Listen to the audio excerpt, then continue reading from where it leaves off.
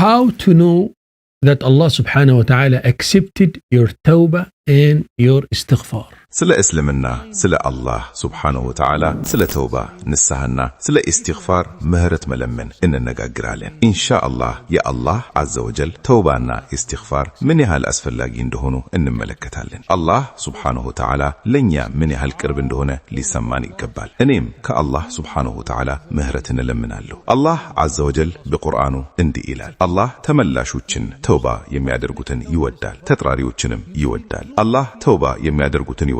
ይህንን ተሰምቶ ያውቃል? የአላህ ውዴታ ምን ያህል ታላቅ እንደሆነ አስቡት። አላህ ሱብሓነሁ ወተዓላ እንዲህ ይላል፣ የአዳም ልጆች ሁሉ ስህተትን ይሰራሉ፣ ከስህተተኞችም በላጮቹ ተውባ የሚያደርጉት ወደ አላህ የሚመለሱት ናቸው። አላህ ዐዘ ወጀል ዘንድ ተውባ ከእርሱ በፊት የነበሩ ወንጀሎችን በሙሉ ያብሳል። ወንጀል በልባችን ላይ የራሱ የሆነ መጥፎ ተጽዕኖ አለው። በመጀመሪያ ደረጃ ልባችን እንዲጠበብና ከአላህ የራቅን ያህል እንዲሰማን ያደርገናል። ነገር ግን አንዴ ተውባ ስታደርግ የከለለህና ወደ ላይ የመተግህ ያህል ይሰማሃል። ሱብሃንአላህ። ለዚህም ነው ወደ እስልምና የሚገቡ አዳዲስ ሙስሊሞች ሸሃዳ ካደረጉ በኋላ ምን እንደሚሰማቸው ስትጠይቋቸው የመብረር ያህል ቀሎኛል የሚሉት። እስልምናን መቀበል ከአላህ ዘንድ ትልቅ ተውባ ስለሆነ ነው። ልክ እንደዚሁ ከሐጅ የተመለሱ ሰዎችን ስትጠይቋቸው እንደ አዲስ እንደተወለዱ እንደሚሰማቸው ይነግሩሃል። ምክንያቱም ያ ሰው ከወንጀሉ ይነጻልና ልክ እንደ አዲስ ተወላጅ ትሆናለህ። በጣም ይቀልሃል። ተውባ እንዲህ ያለ ስሜት ነው የሚሰጥህ። አላህ ዐዘ ወጀል ሁልጊዜም ቢሆን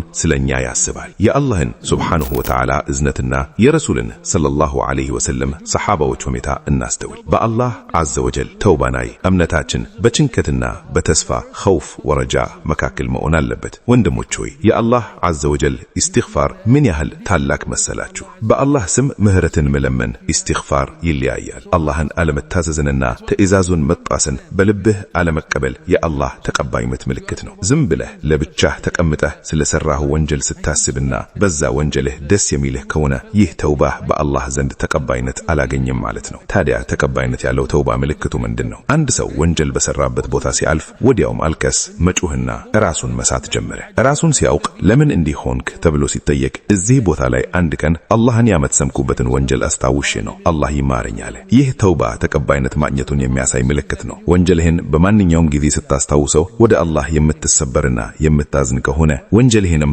ማንም እንዲያውቅብህ የማትፈልግ ከሆነ ይህ ትክክለኛ ተውባ ነው። አላህ ዐዘ ወጀል እንዲህ ይላል፣ መሰበርን ያወረሰች ወንጀል ኩራትን ያወረሰች መልካም ሥራ ጧዓ ትበልጣለች። አንዳንድ ጊዜ ወንጀል ሰርተህ ተውባ ስታደርግ አላህ የጀነት ቲኬትህን ያዘጋጅልሃል። ዑለማኡል ሐሰን አልበስሪ ረሂመሁላህ እንዲህ ይላሉ፣ አንድ ባሪያ ወንጀል ሰርቶ በዛ ወንጀል ሰበብ ጀነት ሊገባ ይችላል። እንዴት ቢባል ወንጀሉን በሰራ ቁጥር ተውባ ስለሚያደርግ፣ ያንን ወንጀል ባስታወሰ ቁጥር አላህን ስለሚለምን፣ ስህተቱን ለማረም ተጀማሪ መልካም ሥራዎች ስለሚሰራ ያ ወንጀሉ ወደ ጀነት ይመራዋል። በአንሳሩ ደግሞ መልካም ሥራ ሰርቶ እኔ ከሰው ሁሉ ይበለጣለሁ ብሎ በትዕቢት ሌሎችን ዝቅ አድርጎ የሚያይ ከሆነ ያ ኩራቱ ጥፋት ይሆንበታል። ስለዚህ የትኛው ይሻላል? የሰበረችህና ተውባ እንድታደርግ ያደረገችህ ወንጀል ትሻላለች። የአላህን ጸጋዎች ፍሬ ማግኘት የምትጀምረው በዚህ መንገድ ነው። ወንድሞች ሆይ አላህ ዐዘ ወጀል በቁርአኑ እንዲህ ይላል፣ መልካም ሥራዎች መጥፎ ሥራዎችን ያስወግዳሉ። ይህ ለሚያስታውሱት ማስታወሻ ነው። በእርግጥም መልካም ሥራዎች ወንጀልን ያብሳሉ። ሰደቃ መስጠት፣ ሰላተ ተውባ መስገድ፣ የረመዳን ጾም፣ ሐጅና ዑምራ ማድረግ ወንጀልን ያጥባሉ።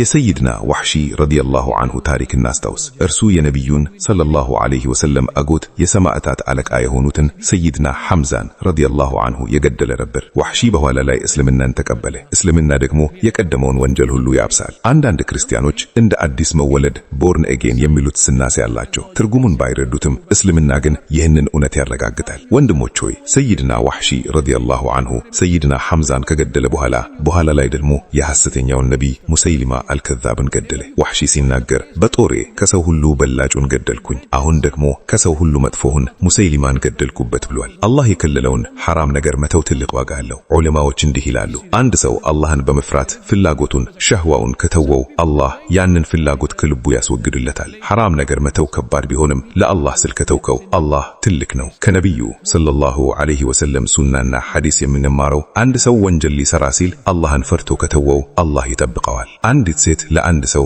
አላህን ፍራ ስትለው ተነቅጥቆ ወዲያውንም ተውባ አድርጎ ራቀ። ልክ እንደ ሰይድና ዩሱፍ ዐለይሂ ሰላም ከአላህ መጠባበቅን መፈለግ አለብን። ወንድሞች ሆይ ዩሱፍ ዐለይሂ ሰላም ከአዚዙ ሚስት ፈተና ሲገጠመው አላህን በመፍራት አመለጠ። ወንጀል ውስጥ የሚከቱንን በሮች መዝጋት አለብን።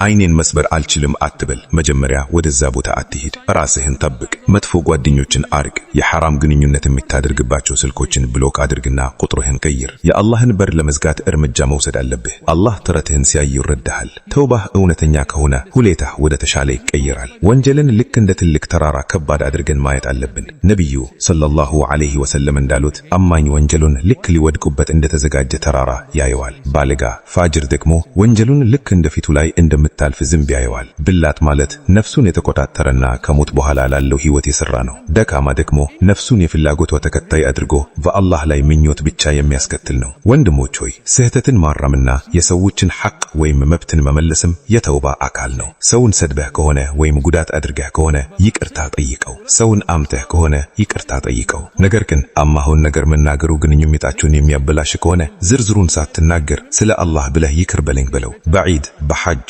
በረመዳን ወይም በዓረፋ ቀን ይቅርታ ጠይቅ። አልሐምዱሊላህ ኢንሻአላህ ሁኔታዎች ይቀየራሉ። ተውባን ሁልጊዜ ማደነስ አለበት። ኢስቲግፋር ወሳኝ ነው። ነብዩ ሰለላሁ ዐለይሂ ወሰለም በሐዲሳቸው እንዲህ ይላሉ፣ የእናንተ ሰዎች ሆይ ወደ አላህ ተመለሱ። እኔ በቀን ውስጥ 100 ጊዜ በላይ ምህረትን እለምናለሁ፣ ኢስቲግፋር አደርጋለሁ። ነብዩ ሙሐመድ ሰለላሁ ዐለይሂ ወሰለም እንዲህ ካደረጉ እኛማ ምን ያህል ላናደርግ ይገባል? በቀን ቢያንስ 100 ጊዜ ወይም ከዛ በላይ ኢስቲግፋር ለማድረግ እንሞክር። ኢስቲግፋር ስናደርግ በልባችን መሆን አለበት። ዝም ብሎ በምላስ ብቻ የሚደረግ ፈታን ኢስቲግፋር የውሸተኞች ተውባ ይባላል። ረቢ እግፊርሊ ጌታዬ ሆይ ማረኝ ስንል በልባችን ተጸጽተንና አላህን ተማጽነን ሊሆን ይገባል። አንዳንድ ጊዜ የኛ ኢስቲግፋር ራሱ በግዴለነት ስለሚደረግ ሌላ ኢስቲግፋር ያስፈልገዋል። ሰሐባዎች ነብዩን ሰለላሁ ዐለይሂ ወሰለም በአንድ መቀመጫ ላይ ብቻ ከ70 ጊዜ በላይ አስተግፊሩላህ ወአቱቡ ኢለይህ አላህን ምህረት እለምናለሁ ወደ እርሱም እመለሳለሁ ሲሉ ይሰማቸው ነበር። በልብ ትህትና ወደ አላህ ከተመለስን ኢንሻአላህ ተውባችን ተቀባይነት ያገኛል።